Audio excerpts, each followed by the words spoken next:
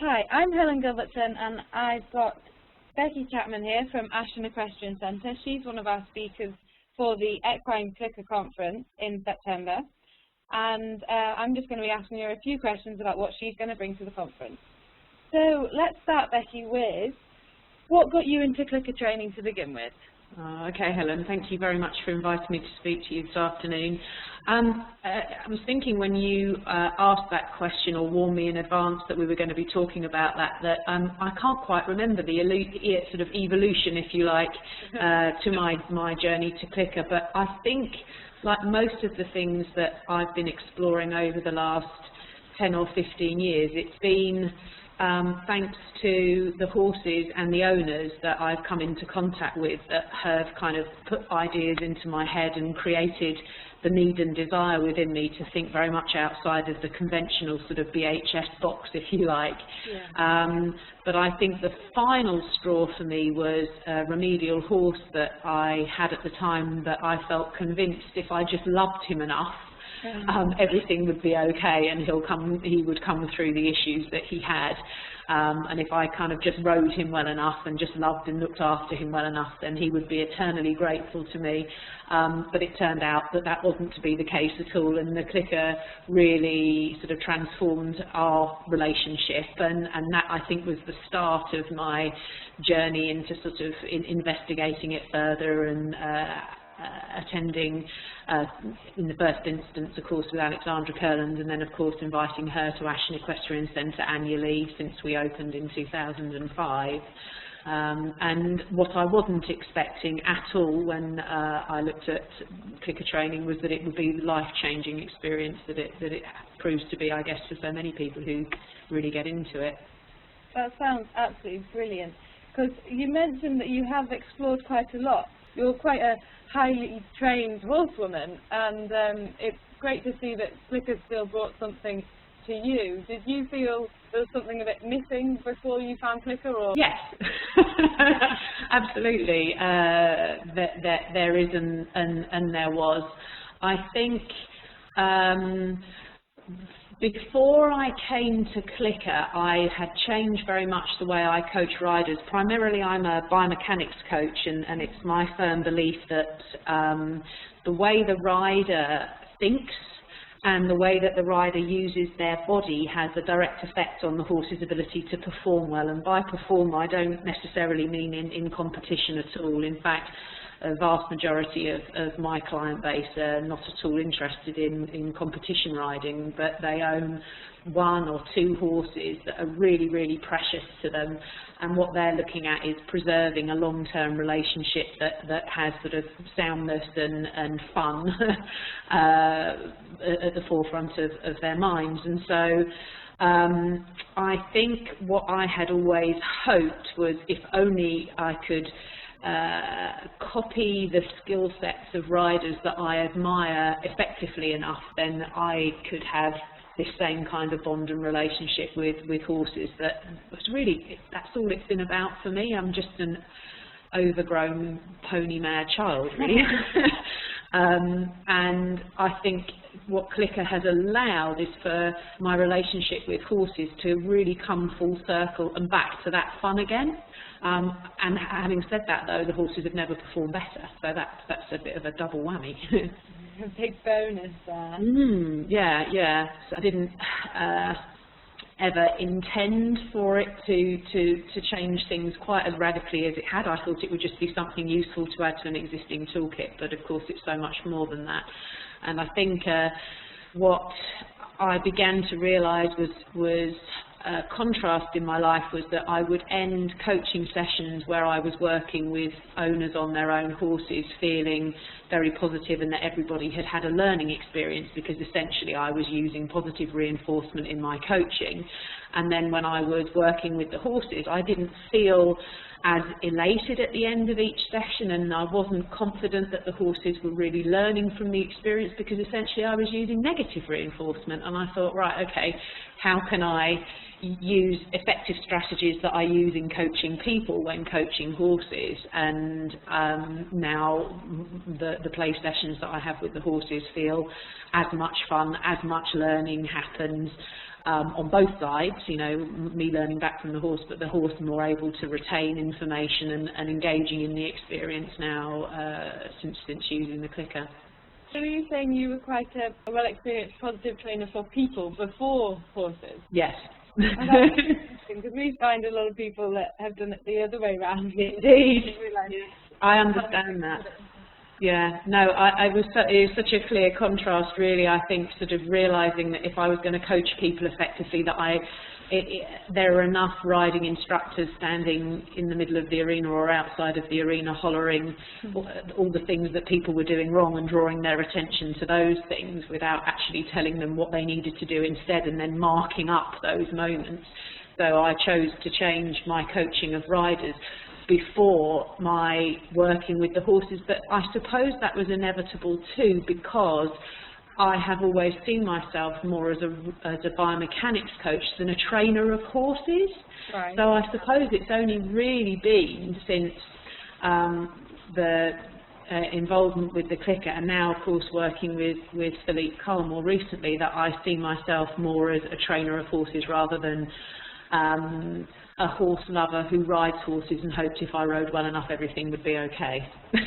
Now, I'm really glad you brought up Philippe Cole, because I'd like to ask you about how you've incorporated his work with your clicker work. Well, I think that the horse, who is not my horse, I'm actually using my daughter's horse for my riding with Philippe, has been it's difficult to have an unbiased view on this, of course, because I completely adore this horse, as we all do, but her learning, I think, of Philippe's training system has been accelerated because of the use of the clicker. Having said that, though, that of the 9 UK riders that he has selected, 4 of us are using clicker, and that I've had no difficulty in incorporating the clicker work within the training that I'm doing with Philippe, whether that's actually with him on the 3 courses a year that we enjoy being taught by him when he's over in the UK, and in the practice learning between times. And so I think it's really helped mark for the horse, you know, this is the precision that I'm looking for, and it's kept the fun element within the training as well. Oh, brilliant. So you think it's quite compatible then? Oh, absolutely, yeah, and certainly he, well, as I say, given that 4 of the 9 riders are clicker trainers, yeah. And he's certainly never made any comments that we shouldn't. In fact, I know he uses, not necessarily a bridging signal, but he's one of these rare people that is, his presence is reinforcing to horses. Mm-hmm. And you know, he's a very skillful trainer. I'm not saying actually that even his work couldn't be enhanced by the use of clicker training, but nevertheless he certainly seems very happy for us to carry on with our clicker training when we're working with him. That's really great. Now I'm going to bring it back to your topics at the conference. I have a title here, Being Right Isn't Enough, and I absolutely love that title, and I'd just really like to hear a little bit more about where you're going to take that. What do you mean by that? Yeah. I think it really comes back to what I had hoped. I realised a long time ago that the things that I was instructing as a BHS qualified riding instructor meant that all horses and all riders plateaued out at the same level. And the only common denominator in that was me. I was also very aware that the riders I admired the most weren't necessarily doing the things that I had been trained and told to teach other people to do. So I became much more interested in, well, what is it that the riders I admire really are doing, and how can I copy that? And more importantly, since my identity is much more coach than it is rider, how might I be able to teach that to other people? And there are massive changes in the way that horses go in terms of reflex response to riders connecting into them, which are absolutely mind-blowing. But of course, the horse has not necessarily any awareness of or any motivation for getting it right. for doing the right thing. You know, what's in it for the horse to be straight? Yeah. What's in it for the horse to lift its back up and reach into the rein and become submissive, as I mean submissive? And to do these crazy things that human beings want them to do, whether that's, you know, to hack down a track or go into the main arena of the horse a year show, whatever it may be. And we may think that the horse is having a good time when these things happen, but for me, it wasn't enough just to be as correct as possible and have the horses performing optimally. There needed to be something in it for them, and I think a clicker has really filled that gap for them, and it's provided a means of communication between me and the horse that said, yes, that's what I was looking for, and then an incentive for the horse to keep doing it and continue to try harder, rather than, I'm afraid, quite a lot of horse training, I think, accidentally trains the horse to evade, and the rider is often correcting wrongness rather than setting up rightness. And for my soul, to set up rightness just feels more where I want to be at when I'm working with horses. Brilliant, yeah. You're making so much sense to me. I'm just really enjoying the way you're putting things, actually. Oh. Now, onto your second talk then, Clicker in Real Life. Again, this is another great title, but it's quite sort of ambiguous, and again, you're not really sure. So what I want to know is which bit of real life? Well, precisely. I have a vast and wonderful client base, and all of them and each of their horses is very different from one another. And what that means is, you know, if I am to define myself as I do as a coach, then that means, in my world, in my view, that I need to work towards the client's specific goals and aims, and rather than looking at horse and rider combination and going, oh, they ought to be doing X, you know, they have the potential to do Y, you know. That's not my place to tell somebody what they should be doing with their horse, which isn't to suggest that if there are things that I'm not comfortable with them doing, that I wouldn't bring it to their attention, but actually that just doesn't happen. I just don't seem to attract those sorts of clients. So what that means is that everybody is working towards very different aims and goals and have a different picture in mind and different things that they want to do with their horse. And so what that has meant is that, you know, I need to be able to work with them in such a way as we can incorporate Clicker into their real life, whatever that may be. And the other thing I think that I have come across a lot is that inevitably Clicker is attractive to people who are very mindful of the way that they manage their horses, and increasingly, and rightly so, people are trying to manage their horses more and more naturally, but not everybody's in a position to be able to do that. Not everybody is in a position to have their horse out 24/7. Some people choose not to ride their horses, other people choose to ride their horses, some people use bridles and with bits and others not. I don't want to only work with a certain type of horse and rider. I really enjoy the variety and assisting people in incorporating the Clicker within whatever it is they enjoy doing with their horse. So I guess that's kind of what I mean by that, you know, like, and lots of people come to me and they've already experimented with the Clicker, but they might say, yeah, but I don't really see how I can take this to competition, or I don't see how I can take this to riding, or how do you do this in public? Those kind of things, which I've never personally found to be an issue at all. But again, as a coach, it's about, well, how do I facilitate people in being able to do that with confidence and with, you know, Clicker compatible training in mind all the way through. So that's, I guess, what I mean by that title. Yeah, so Clicker in real life, really, you mean Clicker in everybody's real life, how it can apply to everything. Yes.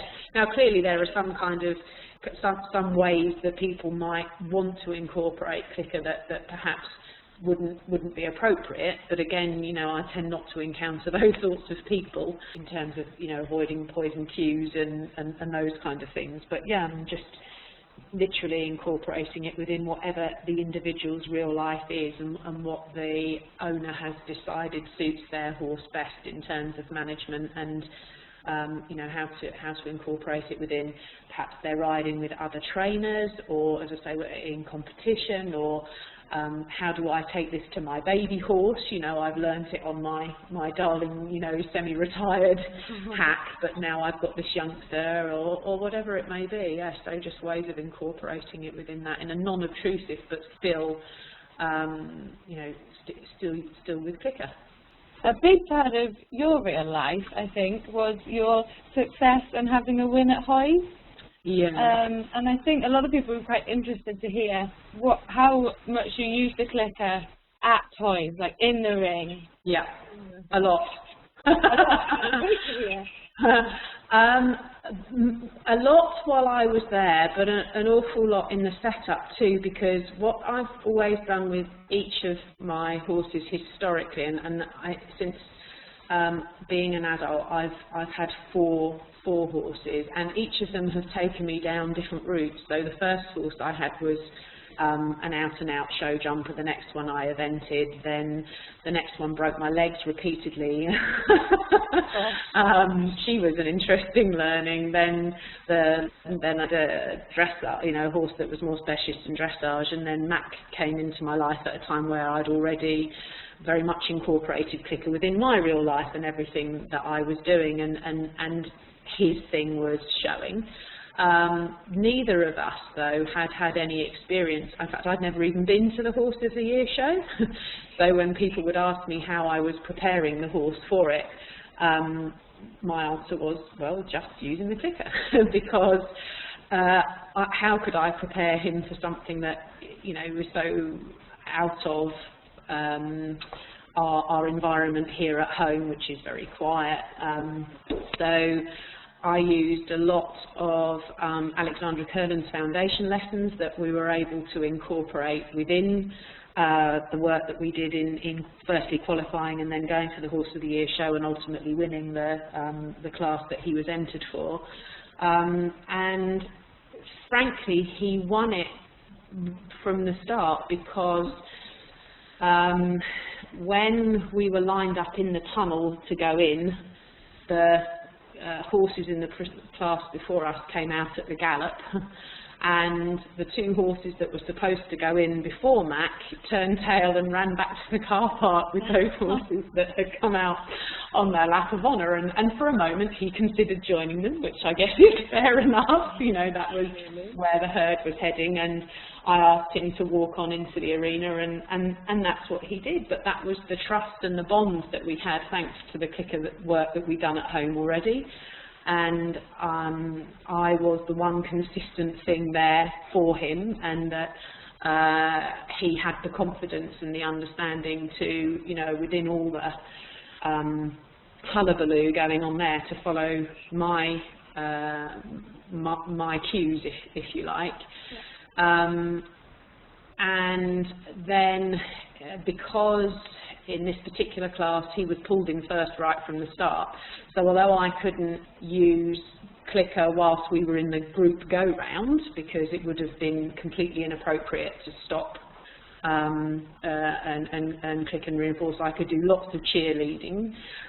But as soon as we were pulled in first, I lobbed down on the floor his very small beer mat for him to stand on, his little standing on the mat thing in the pull-in, out of my pocket, and I clicked and reinforced him for standing and doing his version of the pose in the line-up.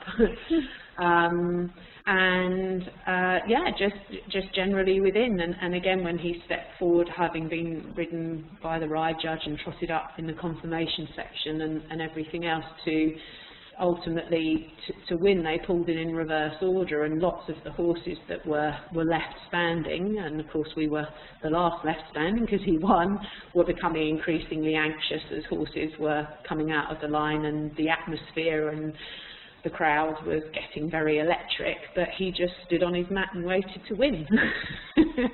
And it was deeply moving and very, you know, an amazing experience, and one that I think he came out of having really very much enjoyed. rather than being completely freaked out by what could have been a very overwhelming experience. Fantastic. Did you get any funny looks when you pulled your mat out?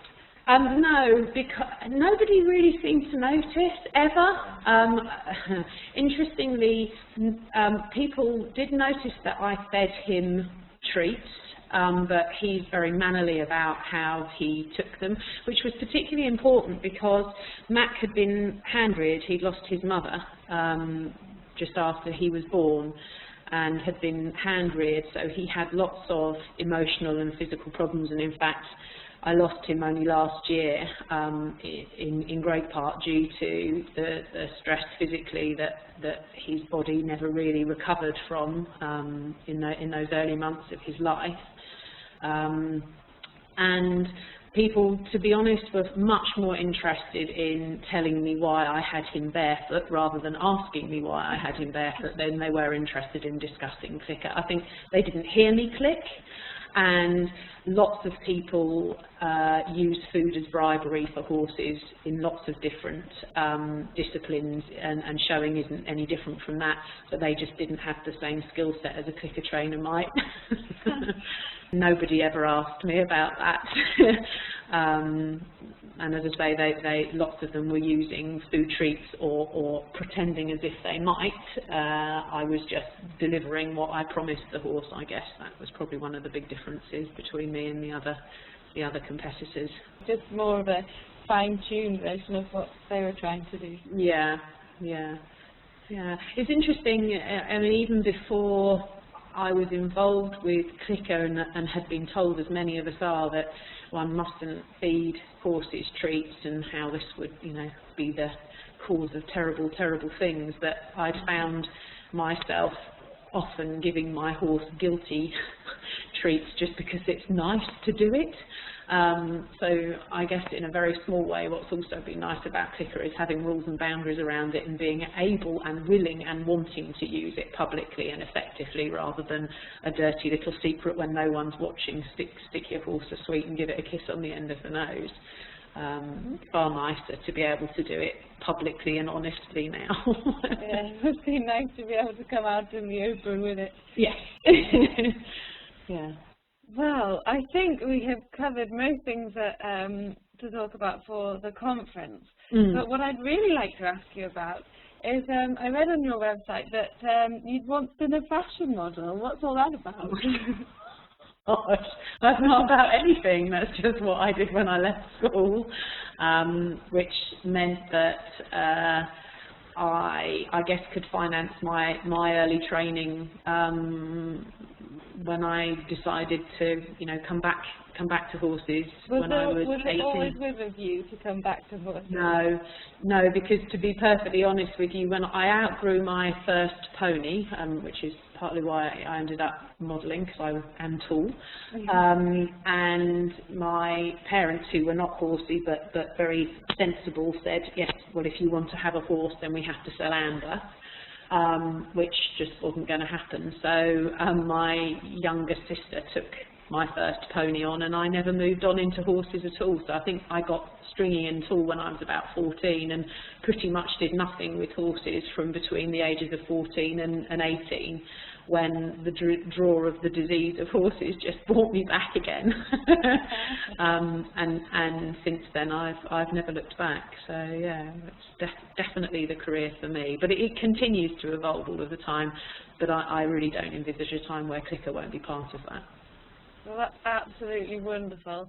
I'm just going to thank you very much for sparing the time to come and have an interview with us, and thanks very much for talking to you too. Well, I think a lot of people will be enthused to come and buy tickets and come to the conference now as well. So it's going to be great. From you. Yeah. Oh, well, thank you very much for your time, and I look forward to meeting you in September. Absolutely. Can't wait. Thank you.